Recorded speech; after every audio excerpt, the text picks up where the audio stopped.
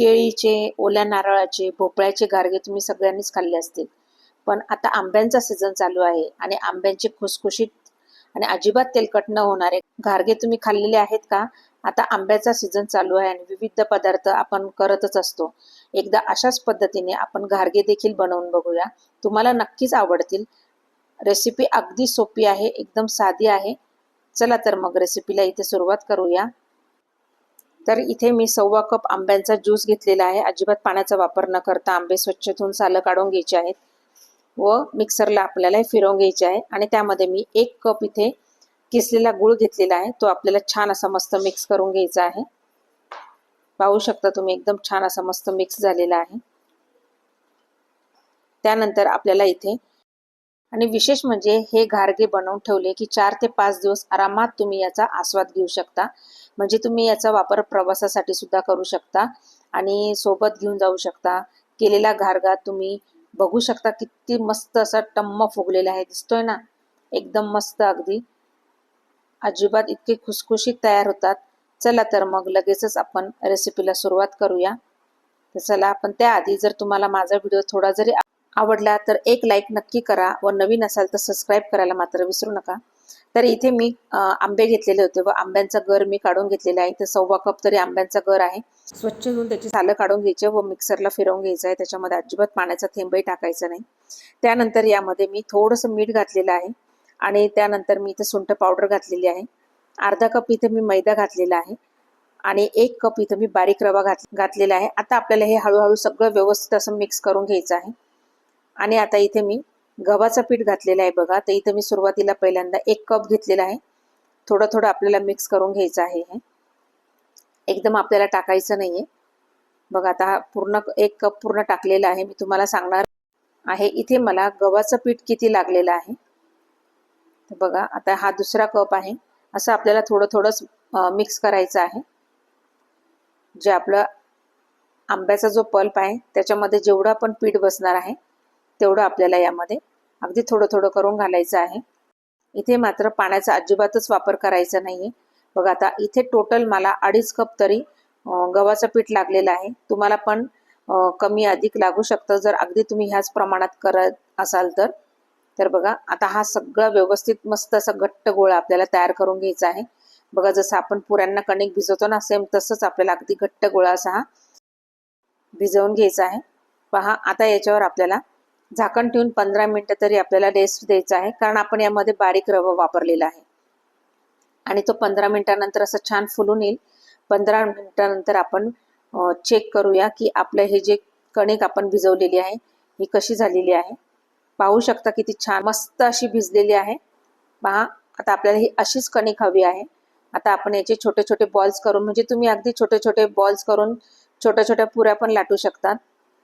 पण मी इथे तसं न करता एक मोठा गोळा घेतलेला आहे व त्याचं मोठी अशी पोळी लाटून घेतलेली आहे व्हिडिओ दाखवल्याप्रमाणे. तर इथे मी पोलपाटावर एक मोठी अशी पोळी लाटून घेणार आहे. खूप जास्त पातळ पण नाही आणि खूप जास्त जाड पण नाही लाटायची आपल्याला, आणि ते पण हलक्या हाताने लाटायची आहे.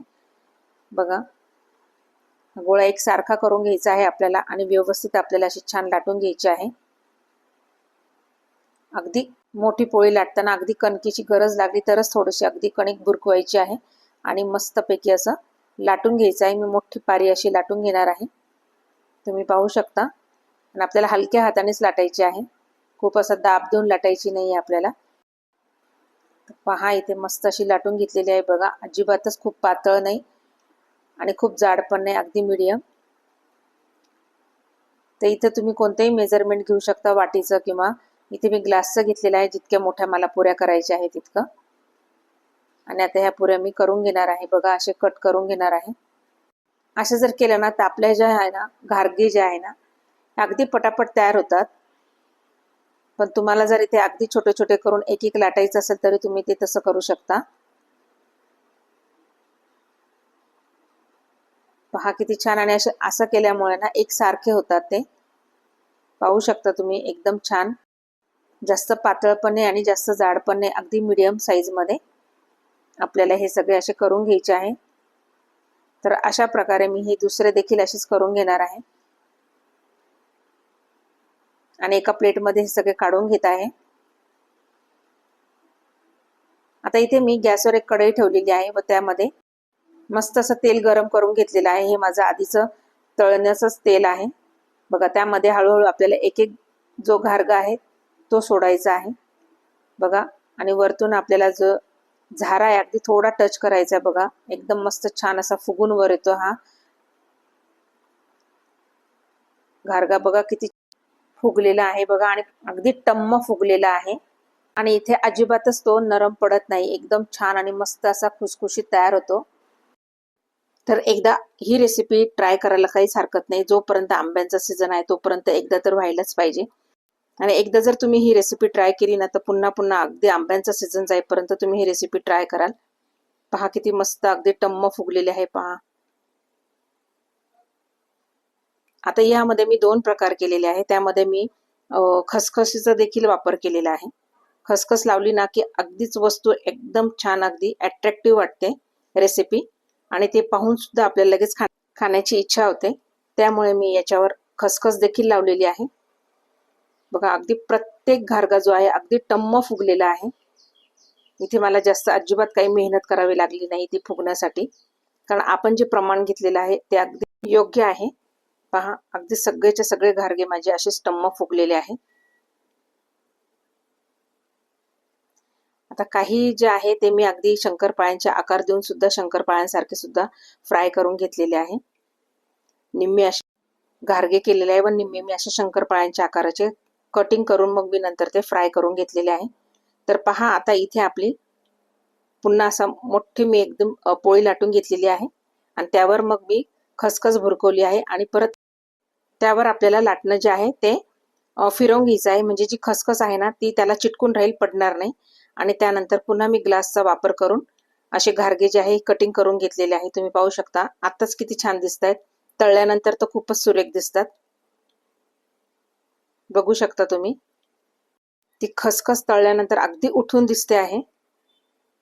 तर पहा अशा प्रकारे मी हे सगळे जे घारगे आहे ते करून घेतलेले आहे. खूप सुंदर आणि खूप छान होतात हे.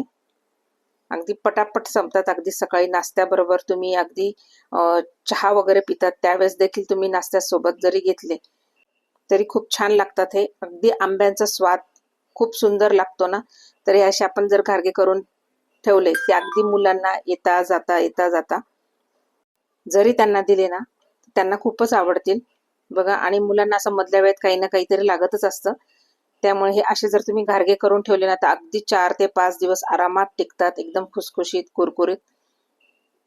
तर बघा एकदा ही रेसिपी व्हायलाच पाहिजे. कशी वाटली रेसिपी मला कमेंट करायला मात्र विसरू नका. धन्यवाद.